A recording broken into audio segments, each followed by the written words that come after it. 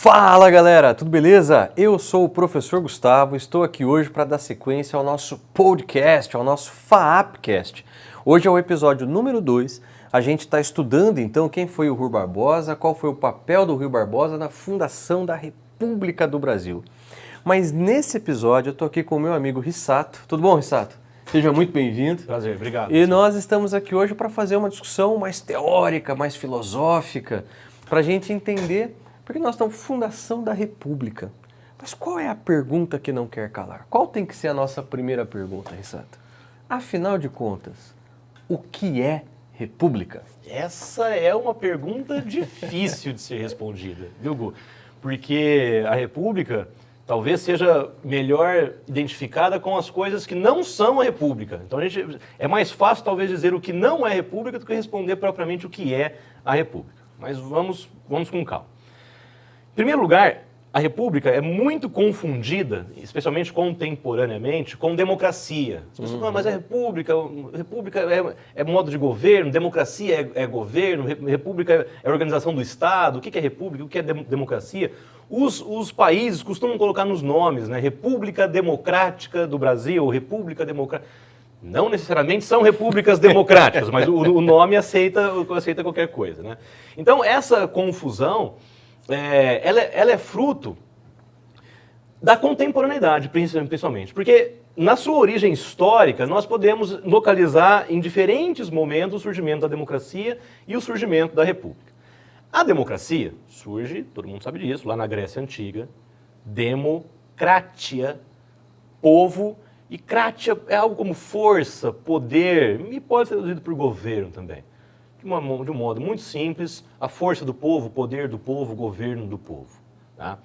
Surge em oposição a um modo monárquico de governar, que era o comum na Grécia, embora algumas aristocracias pudessem fazer parte também, mas o modo comum era a monarquia, e surge como uma forma alternativa de governo em que o povo está no comando. Ao mesmo tempo, mais ou menos ao mesmo tempo, lá em Roma, depois da deposição lá do último rei de Roma, o soberbo, que era o fulano lá, não me recordo o nome dele agora, surge a República, que o nome composto de res publica, que é a coisa pública. Res, que é um vocabulário que ainda existe um resquício desse vocabulário ainda hoje, né? Res publica, a coisa pública. E aí surgem as figuras dos senadores e depois da Câmara, acho que a Câmara dos Comuns, ou que eram eleitos a parte do povo, né? Os senadores surgem ali por meio de uma Câmara dos mais velhos, né? Se eu não estou enganado, a etimologia de senador é sênix ou senis, né?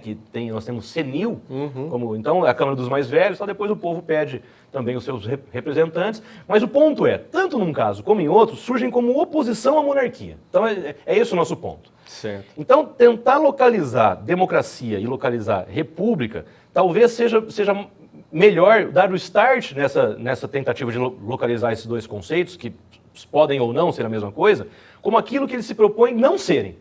Então, eles não são monárquicos. Então, essa talvez seja o espaço mais claro da definição do conceito de república, aquilo que não é a monarquia, que pretende, de algum modo, uma participação do povo na governança. Na governança, entendo. Certo? Então, para a gente avançar nisso, a gente pode buscar, pelo que você está me falando, alguns autores antigos. Ok. Se a gente está começando em Grécia e está começando em Roma, vamos olhar para a Grécia, o que vem na nossa cabeça? O Platão.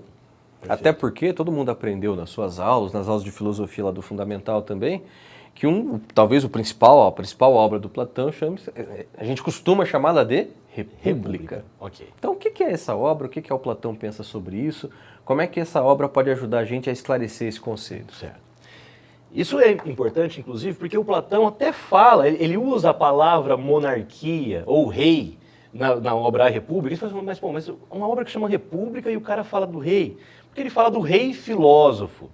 E aí é claro que ele não está pensando num rei ao estilo monárquico convencional. Em outros momentos ele fala aristocracia dos esclarecidos na República. Mas enfim, Platão escreve A República tentando responder a seguinte pergunta: qual é a polis ideal? Então ele está tentando acessar o mundo das ideias, né, platônico, famoso mundo das ideias, para tentar buscar uma ideia de justiça e dizer qual é a polis ideal, a polis justa. Como seria a polis ideal? A polis ideal e a polis justa é aquela em que cada um ocupa o lugar que deve ocupar. Essa é a resposta do Platão. Então, por isso que, obviamente, não é uma monarquia do modelo tradicional, como vem à mente, a gente não pensa tanto na antiguidade quando pensa em monarquia, né? A gente pensa mais na Idade Média, na Idade Média, né, na Renascença, o fortalecimento das monarquias europeias ali e tal, mas Platão está deixando claro que ele não está falando do rei nesse sentido. Seja lá qual é a nossa referência histórica, de um modo ou de outro, a monarquia, a autoridade é o rei, e o assunto encerra-se mais ou menos por aí. Né? E não é isso que o Platão está falando. Ele fala do rei filósofo, ou do rei sábio, ou da aristocracia dos esclarecidos. Ele está querendo dizer exatamente que o poder deve estar nas mãos de alguém que é capaz de exercê-lo, independente da sua origem, independente de como esse poder acabou chegando nas mãos dessa pessoa que deve ter o poder. Mas, originalmente, nós poderíamos traduzir de uma forma talvez um pouco mais precisa em relação ao grego, a República de Platão por politeia. Politeia, que em algum momento, inclusive, também é confundido por governo ou alguma coisa assim, mas é algo como o pensamento sobre a polis, politeia de polis, é esta a ideia. Quem depois batiza a República Platônica com este nome é o sujeito chamado Marco Túlio Cícero, em Roma, que é onde a República, né, geralmente, historicamente, é referenciada, quando traduz a politeia platônica. Então ele batiza de A República, por isso que até hoje nós chamamos o livro platônico de República. Mas note como esses dois mundos surgem mais ou menos distantes, separados, tanto geograficamente como culturalmente, mas Roma, embora tenha vencido a Grécia de maneira militar, a cultura grega venceu Roma. Né? Então, Roma se tornou, em boa medida, uma herdeira daquelas tradições culturais na Grécia. E Platão e Aristóteles, especialmente Platão, nesse primeiro momento, foram levados juntos porque eram os dois maiores nomes da Grécia Antiga. Então, no mundo antigo, nós temos que, quando nós falamos de república, a gente lembra de Platão, é necessário desfazer esse equívoco do rei filósofo, né? O cara que escreve a república fala do rei filósofo, e chegamos em Roma, quando as coisas começam a se confundir, digamos assim. Entendo. E o Cícero, eu achei muito interessante essa questão da tradução, né, do Cícero, né, essa questão da politeia para a república. Como que o romano pensa isso, melhor essa questão de república? Tá? O que significava para um romano como Cícero e para os seus contemporâneos a ideia de república? Em Roma, a ideia de república surge do mesmo modo que surge na Grécia, como oposição à monarquia, mas tinha contornos diferentes do que tinha na Grécia, né? Que tinha essas câmaras de participação, tanto popular quanto dos mais velhos, né? O Senado, etc., que traz uma representatividade para aquelas pessoas que exercem o poder de um modo diferente, como isso acontecia na Grécia, que vivia uma democracia direta. Então, todos aqueles que eram considerados cidadãos se reuniam na Ágora, o espaço central da polis, para votar nas questões democráticas. Aí votavam questões de guerra e paz, questões que envolviam o comércio, questões que envolviam as leis, mas todos participavam, todos, claro, que eram considerados cidadãos, mais ou menos, aí nos dizem os historiadores, entre 10% a 15% da população ateniense. Já em Roma, existia uma representatividade. Então, os senadores representavam um grupo de pessoas que era mais numeroso, e essa Câmara dos comuns, ou Câmara dos populares, representava outras pessoas que eram um grupo muito mais numeroso, e não era uma democracia exatamente no sentido grego da palavra. Então, permanece a ideia de república, mas não exatamente essa ideia de democracia grega. Embora os gregos, quando estejam pensando na democracia, e os romanos, quando estejam pensando em república, estavam pensando, de certo modo, em afastar a monarquia. Mas os modos são distintos. Entendo. Quer dizer, na Grécia você tem essa participação direta do cidadão, Correto. Que a gente chama hoje de democracia direta. Certo. E em Roma a gente teria essa ideia de representatividade, Perfeito. que é uma ideia muito importante na construção contemporânea de república. as duas coisas vão se unir no mundo contemporâneo. Se combinar. Exatamente. Nós somos herdeiros culturais dessa tradição greco-romana que combina as duas coisas. Mas quando a gente puxa, chegando mais perto da gente, né, para o mundo moderno, falou em política, falou mundo moderno, a gente pensa no Maquiavel. Okay. Acho que o Nicolau Maquiavel vem à nossa mente. E o Nicolau Maquiavel, o que ele tem de diferente desses antigos? Né, em que momento que ele se diferencia dos antigos e, de certa forma, me corrija se eu estiver enganado, abre a política moderna, né, a filosofia política moderna? Perfeito. O Maquiavel é o cara que está ali no início da modernidade ajudando a traçar aquela linha que faz uma cisão da Idade Média para a Idade Moderna. Ele é um dos caras que inaugura a modernidade. E ele está inaugurando a modernidade exatamente porque, de um certo ponto de vista, a Idade Média foi uma continuidade da Idade Antiga, né? Claro, existem as diferenças durante a Idade Média. Todos os assuntos, tanto intelectuais quanto artísticos, quanto políticos, estiveram sob o guarda-chuva da igreja, da religião, etc. Mas existia ali uma sobrevivência das ideias de Platão e Aristóteles entre os autores medievais que causa uma espécie de linha reta entre a Idade Antiga e a Idade Média. E o Maquiavel é um dos caras que está ali traçando esta separação exatamente porque ele não está fazendo aquilo que o Platão pretendia fazer com a República lá atrás. O Platão, eu disse aqui no início, ele pretendia responder a seguinte pergunta: qual é a polis ideal? Então ele vai buscar no mundo das ideias uma polis que fosse uma polis perfeita e que pudesse servir como uma espécie de um gabarito para a gente saber o que fazer. É claro que a gente não ia conseguir transformar o mundo material nessa polis ideal, mas a gente ia saber pelo menos mais ou menos o rumo que tomar. Era essa a ideia platônica, né? E o Maquiavel diz, olha, esses livros que trazem uma defesa de um governo ideal, né, de um Estado ideal, etc., são muito bons como literatura, mas na prática, aqui, onde a coisa belisca e empurra, não servem para nada. E ele sabia disso porque ele vivia a política por dentro, né? O Maquiavel ocupou diversos cargos públicos, ele foi uma espécie de um diplomata, foi uma espécie de secretário de Estado em alguns momentos, em outros momentos foi perseguido por isso também, mas ele viveu a política por dentro.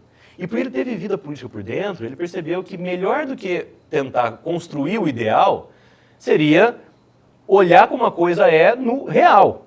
Então ele não é um idealista, porque ele é um realista político. Então o Maquiavel é o cara que inaugura a modernidade traçando esta cisão.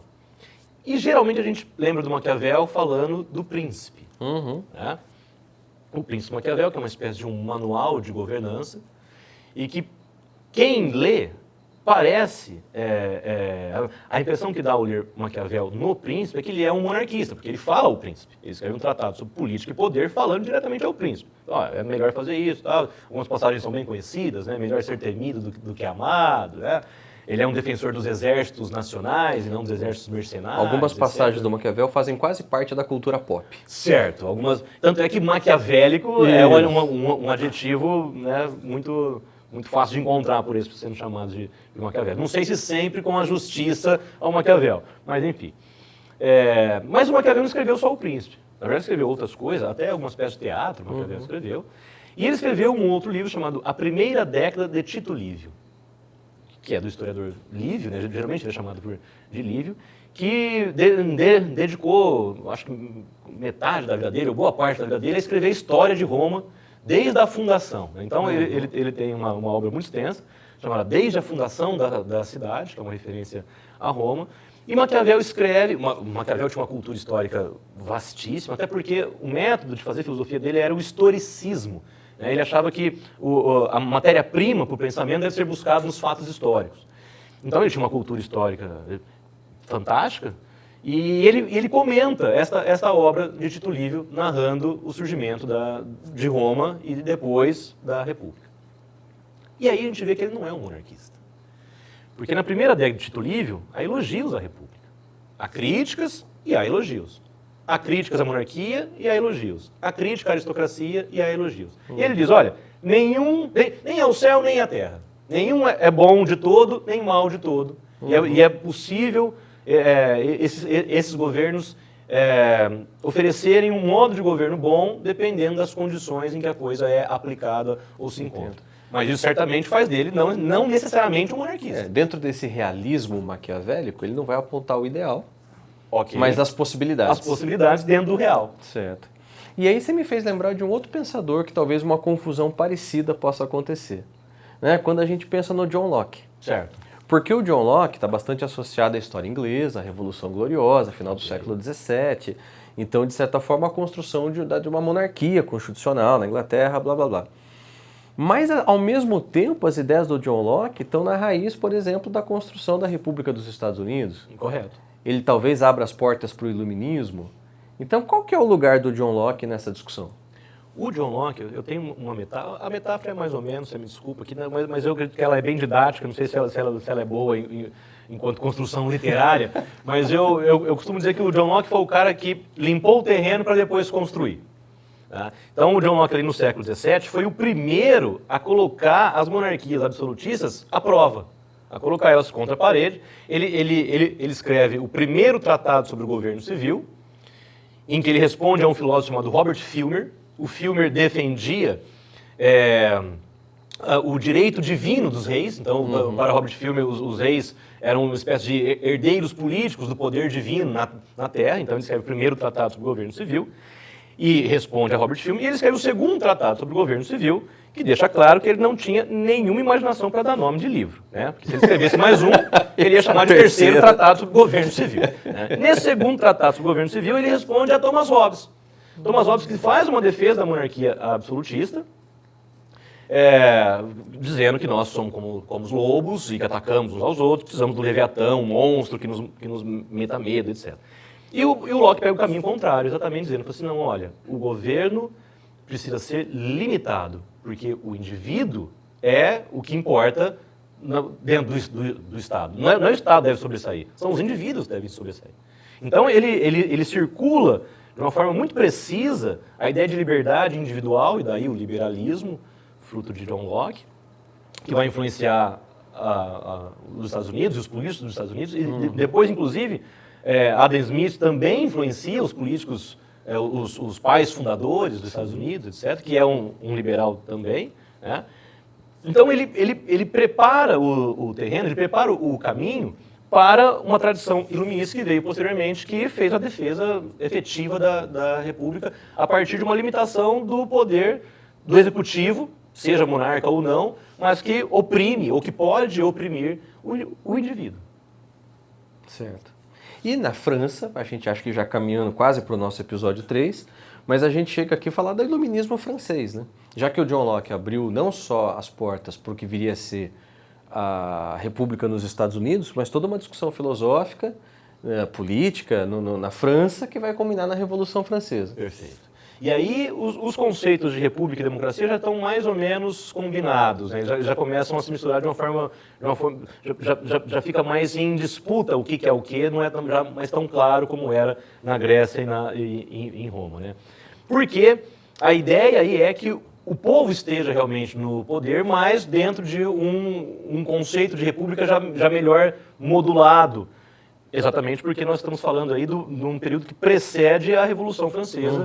Né? Aí depois tem a Primeira República, a Segunda República, a Terceira República, etc. Mas que é já embora a República precise insistir aí mais de uma vez, mas já mostra a força da ideia. Né? Uma ideia que surgiu, foi derrubada, volta. Surgiu, até que não conseguiram derrubar mais. E o material, o capital teórico para essas revoluções políticas, tanto a Revolução Gloriosa, mais identificada com Locke, etc., mas com a Revolução Francesa, quem deu capital político a isso foram os pensadores franceses, o Rousseau e os seus amigos, D'Alembert, né, Diderot e Montesquieu, né, que ofereceram ali o capital teórico e intelectual para as revoluções políticas que aconteceram um pouco depois. A ideia, neste caso, é não apenas a não intervenção ou a não opressão do Estado ou do governante sobre os indivíduos, mas, além disso, não apenas a não ação, mas a ação do Estado para resolver alguns conflitos entre os indivíduos. Então, além da liberdade, acrescenta-se a igualdade e a fraternidade. O John Locke para ali no primeiro. O John Locke está preocupado com a liberdade. E aí vem Rousseau e esses outros iluministas franceses. O Rousseau ele não nasceu na França, mas é um pensador francês. Né? Não vamos que acrescentam outras qualidades a essa ideia de república, que exigem não apenas que o Estado não oprima o cidadão, né, o súdito, digamos, mas também exerça ativamente uma intromissão para a gente fazer valer essa igualdade que está na origem da ideia desses iluministas, como, por exemplo, a ideia de que todos nascem iguais, devem ser iguais perante as leis, devem ter liberdade de expressão, liberdade de interferir na república, etc. Entendo. Então, olha só se eu consigo resumir de uma forma bastante simplificada o que a gente conversou agora. Lá na Antiguidade, a ideia de democracia e de república surge, de certa forma, em oposição à república, em oposição à monarquia. Né? A república surge em oposição à monarquia. No mundo contemporâneo, a gente tem essa ideia de república renascendo em oposição ao modelo específico de monarquia, que era o absolutismo. Perfeito. E as ideias de liberdade, que vem da Inglaterra, que vem do John Locke, depois somadas à igualdade e fraternidade do Rousseau, dos franceses, e da divisão de poderes. Quer dizer, aquele poder que estava centralizado no rei, agora está dividido, e também com uma noção antiga de representatividade dos cidadãos do governo. É por aí que a gente vai. É por aí que a gente vai. E isso foi construído, de certa forma, primeiramente, com a independência dos Estados Unidos e a Revolução Francesa. Perfeito. Mas aí é o tema do nosso terceiro programa. Então, Rissato, muito obrigado por esse bate-papo. Acho que a moçada pôde aprender bastante. E, gente, se você não assistiu o primeiro episódio, confere. Em breve, o episódio 3 e o episódio 4 vai estar no ar. Não esquece de seguir a FAP nas redes sociais, deixar aquele joinha da amizade e só alegria. Pessoal, até a próxima. Valeu! Valeu!